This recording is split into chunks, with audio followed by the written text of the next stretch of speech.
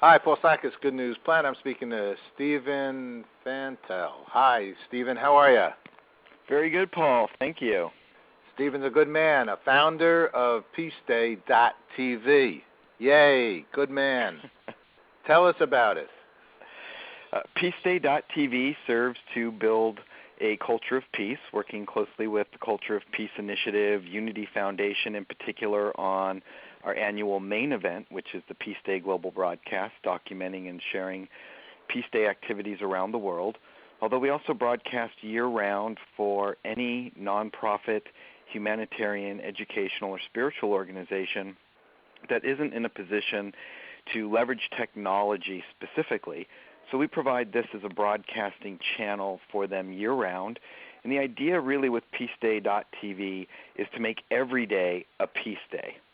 Rock and roll. We love it. So I'm looking at the website, and I see some click here to watch a full-screen video. Let's see here. So you got a lot of content. You got a lot of partnerships. You got a lot of people. You got a lot going here. When did you start this thing? Peaceday.tv started in 2009. Mm-hmm. We were contacted by Bill McCarthy of the Unity Foundation, and he wanted to do a Peace Day broadcast, a broadcast documenting things that take place specifically on Peace Day. And we thought that was a wonderful idea, and we had the technological expertise to do that, and that's what the main organization that runs Peace Day TV does. It's actually an information age outreach ministry. And so we worked with Bill, and we put together the first broadcast for Peace Day in particular, September 21st in 2009. That year was quite easy because it was one day, 24 hours following the sun around the world and doing a moment of silence in each of the noon time zones, and then providing information on each of the Millennium Development Goals and where we were in the world and trying to educate people. And it's just grown each year thereafter. Last year it was 5 days long because Peace Day fell on a Wednesday, and most of the activities like the Jane Goodall Institute, things taking place at the UN, they happen over the weekend. So we actually broadcast for 5 days long so that we could cover all those activities. And I got to tell you, we're really grateful that there was a leap year and that we're now on a Friday. So, thank you, leap year. Yes. And next year will be even better when Peace Day falls on a Saturday in 2013. I think we'll really be able to get a lot of people out to the actual Peace Day activities since they won't have to be at work. All right. Yes, and I'm planning on doing the Central Park Great Lawn that day, and a big show. And we'll partner together to make that happen. Absolutely. We've already done some inroads here, and so that's a big one. So it's all good because it's growing and growing. I know we've been in Central Park actually for 11 years with the Peace Vigil. And the Peace Vigil it was started by Susanna Bastarrica, and it hasn't been easy. You get thousands of people here in New York and in Central Park. Millions go by you. So, but no one really knew much about it, and still we're trying to get the word out that is so much good happening in the world. Like you, both of us have a similar mission of promoting good in the world, whether it's exactly the peace mindset or just good news over in general. We're both in the same business. So how come you got into it? What is your background? I actually run a outreach ministry called Light of Life Society, and we are really dedicated to leveraging technology to make the world a better place. So we don't focus on any kind of specific religious message. We're more like the United Religions Initiative, URI. Right. And we've spoken with Monica in that sense. And for myself, it's just about being of service. It's like bhakti yoga, if you like, and this is the form of service that we feel that we can provide that was being missed in a world where we've really moved into the information age and social media is so much more important, and people want to watch a television program instead of reading something. that we felt this was the best way that we could contribute by making our talents available to all those peace builders out there who might not have quite the technological expertise that we happen to have. So I believe you and we tried to do something with the gentleman who had the peace school in the Costa Rica, Robert Mueller. Yes, and of course he passed away on the eve of Peace Day, and actually he passed away on Peace Day if you take into consideration that he was born over in Europe and the time zone difference. And he was a wonderful man. We had interviewed him many, many years ago as well. And in Costa Rica, his, I forgot what the Institute of Peace or, in any case, a university. University of Peace, right? With the president of the country got involved too, Andros in Aria. And we were working towards sending out a live feed. Somehow, I think we got audio or not audio. I don't know, but. So how does this work with you guys? So where people can send you some links. I know we're going to be on the Times Square. We're going to share whatever we got, which will be the link from EarthCam. They're going to broadcast our Times Square event, okay? And so we're going to give you a code, and then you're going to put it up somehow? Right. With our situation, we can pick up feeds from other channels, so we'll be picking up things from the UN webcast when it comes to the student observance and the ringing of the peace bell. We actually do also have a crew at the United Nations on the 21st. We can pick up and refeed from the EarthCam as well as other channels. And then generally speaking, with the about 40 live locations that we have for this year over the 4 days, it's really the 20th through the 23rd. For us, we call it the 20th because I'm in the Pacific Coast time zone, and we start in New Zealand on September 21st, which is really 5 o'clock in the afternoon on the 20th for me, the day before. We follow, the GMT or Universal Time system to keep track of things for people. So we'll have about 40 locations, and we have given each of those producers at each location an invitation to our live streaming studio. And they'll be logging in where their camera will show up, and we can cue from camera to camera to camera based on the schedule that we've put together.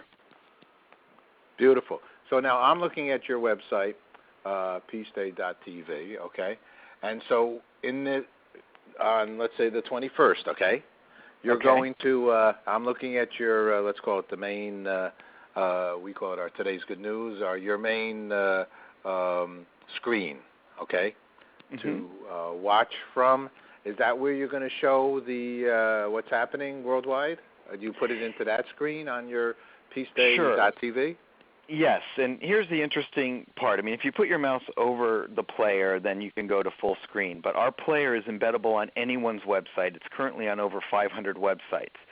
So if you're a member of the Culture of Peace Initiative and you like to go there, their CPI TV page, you'll find this broadcast. It's embedded at the United Nations Peace Day site. It's on Peace Day Live. It's on Unity Foundation. So actually anyone, anywhere, this is a free open source TV channel, and if they like the content that we're providing, they can include this in their own website, or even better, and I promote people to do this, in the lower right corner of the player is a little button that says share. It's got a little F and a little T. Right. You press the share button, the player can actually show up and be embedded on your Facebook page. So people can watch it from your own Facebook location. You don't need to send people to our website. Interesting. Beautiful. And if I want to have it on our broadcast, on our site, like other people might as well, then they can put it into, we can embed a code and put it on there. And you have a playlist, so you go straight out, and whatever you're feeding will come in on that embedded code.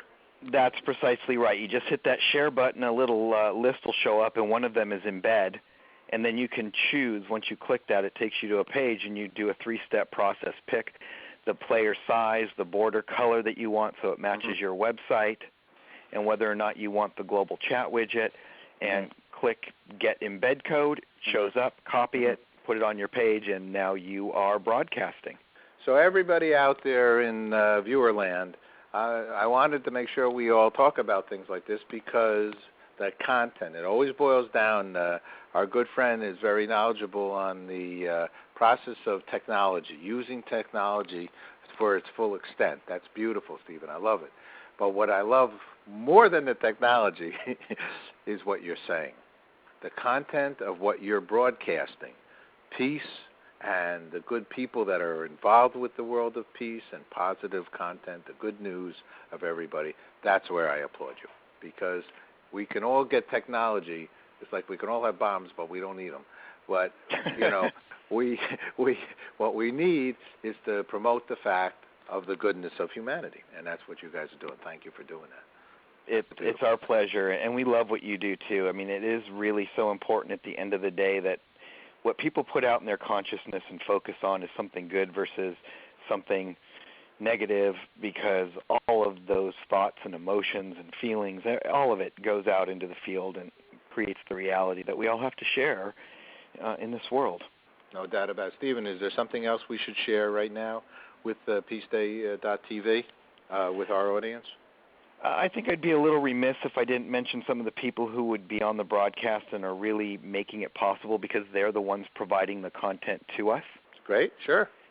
So Rotary International has been a big part of this, the World Peace Prayer Society. Great. We need to thank the United Nations Department of Public Information, great. Bill, of course, over at Unity Foundation, the Mayors for Peace, International Cities for Peace, and Culture of Peace Initiative, along with about 100 other organizations, many of them UN, like UNICEF and UNIFEM and others, that have given us permission to utilize the videos that they've put together over the years so that we can give a State of the World address each year on this broadcast and where we are in meeting the Millennium Development Goals, solving water problems, human rights issues, those kinds of things that we need to be aware of so that we know what kind of action to take that is good. What constitutes good action versus uninformed action?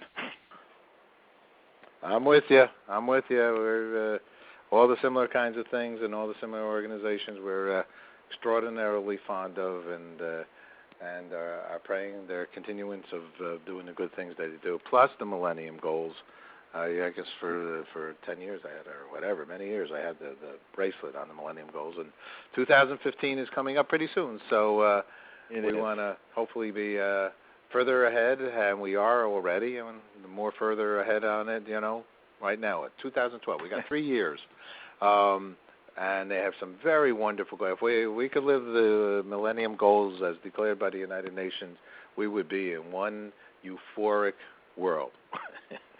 It would be amazing. I don't think we're going to meet all of them, but at least we are striving to eradicate poverty, right, and all of the other 8 goals, which you can find at our website as well. Yeah, get a glass of water in somebody's hands who right now can't even get close to one.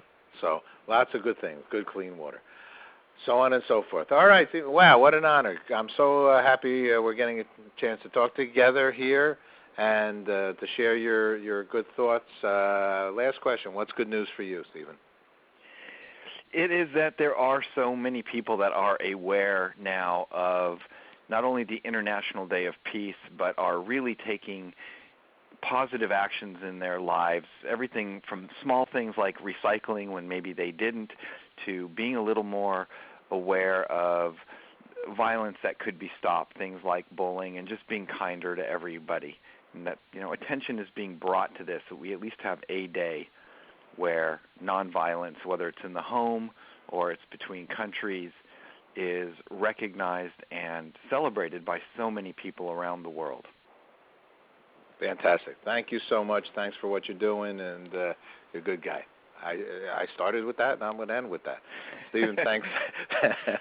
Thanks so much for sharing. Thank you, Paul. Good news. Take care, anytime at all. Okay. Bye-bye. Bye.